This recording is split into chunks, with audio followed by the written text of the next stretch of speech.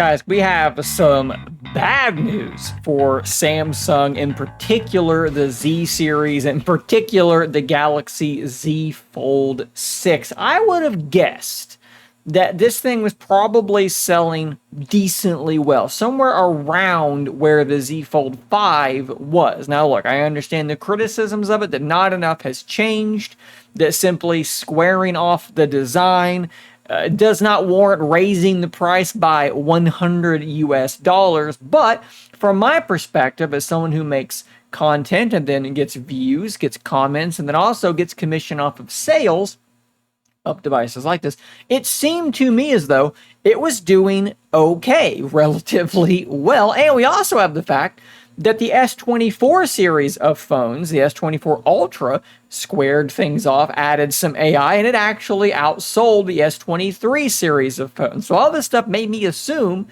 it's probably doing okay. We have a post here from Ice Universe on Weibo, and there's a lot kind of to go over here. We're going to kind of ignore most of this, but it's not good news. This first bit is just saying what I just said. The S24 series actually did sell 12% higher than the 23 series. But these last two paragraphs, these are the important ones. The picture that it is painting is that we had the Z4 series, so the Z Fold and Flip 4. When it went to the 5, sales went down a little bit. And then with the 6, sales have gone down a little bit more. And that is very bad news for Samsung's foldable phone ambitions. As you can see here, sales in the first 2 weeks were slightly lower than those of the Z Fold 5. In those 2 weeks, they sold 690,000 units, with only 270,000 of those being Z Fold 6 sales. So we need to talk about why this is happening. Why are these sales slowly dipping with each iteration? And of course, we're going to talk about the phone itself. We're actually going to look at some answers that you guys gave me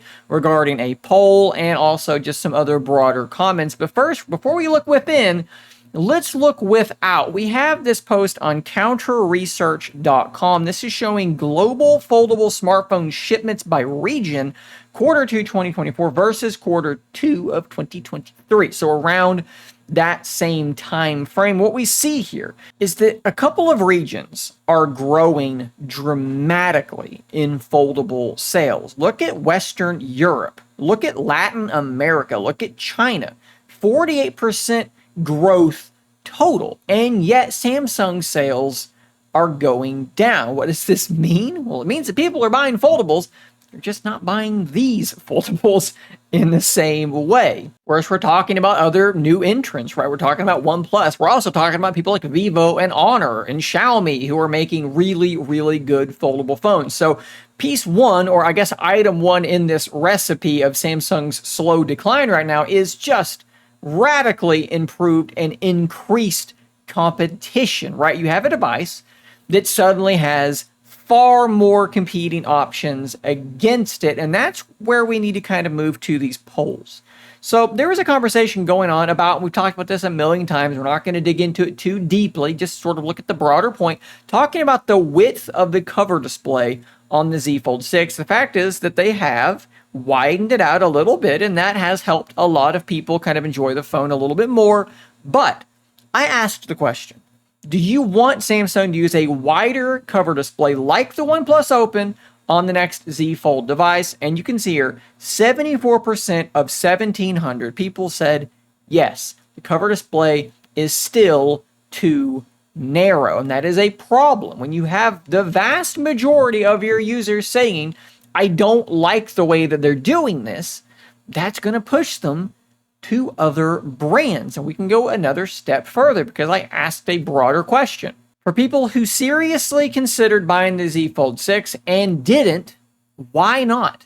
And if we scroll through these, you're going to get a lot of the same answers you would probably expect to see. I respect they want their outer display to be meant for quick use and they won't use the inner screen for a main display, but it's not for me. You're going to see that sort of answer from a lot of people. This person says they're waiting to see reviews of the Pixel 9 Pro Fold, so that is increased competition, at least delaying their purchase, if not altogether preventing it. The camera system. This is someone who's not happy with the hardware they're packing in. The camera system just isn't good enough for this person to spend actually now more than that, almost $2,000. Still too expensive, not a big enough upgrade over the Z Fold 5, which was not a big upgrade over the Z Fold 4. And if you scroll through these answers, you're basically going to see those things just broadly repeating. Samsung should be getting this message loud and clear. They have been too iterative, too resistant towards fixing or changing the things that their customers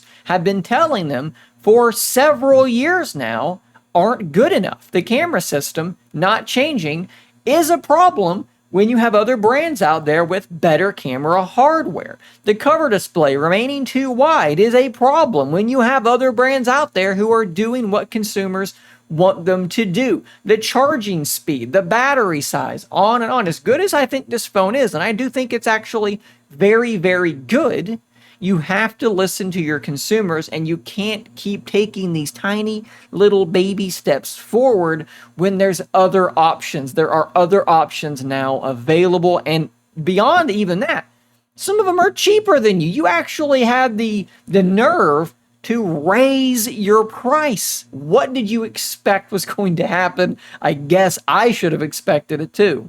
I guess the good news here is that the writing is on the wall, and it is an absolutely obvious situation. Samsung has to do more with the Z Fold 7. It cannot be another iterative release. If they have any expectation of holding on to whatever lead they have left, and globally, with companies like Huawei doing what they're doing in China, yeah, I know that they're trying to release a Z Fold 6 special edition, which will be thinner and potentially have a 200 megapixel sensor in it. I don't think it's going to be enough. I really don't.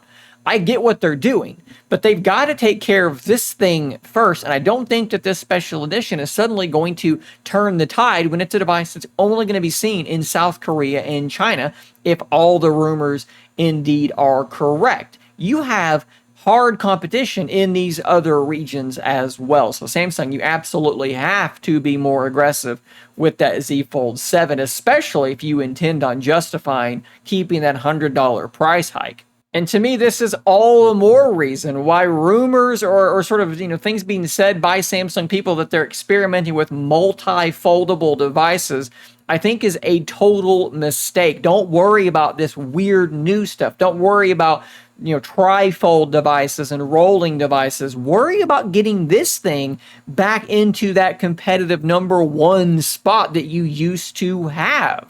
Get your priorities straight. So guys, bad news for Samsung. I think good news for foldables all around. As you can see that the sales are still increasing. Just Samsung getting left behind just a little bit. I would love to hear what you think about this in those comments down below. What would you need to see from Samsung to kind of bring you back over if you did jump ship to another brand? Why did you do that? What are the features you think Samsung is simply too far behind on? Let me know in those comments down below. Subscribe for more content like this. And until next time, stay nerdy, my friend.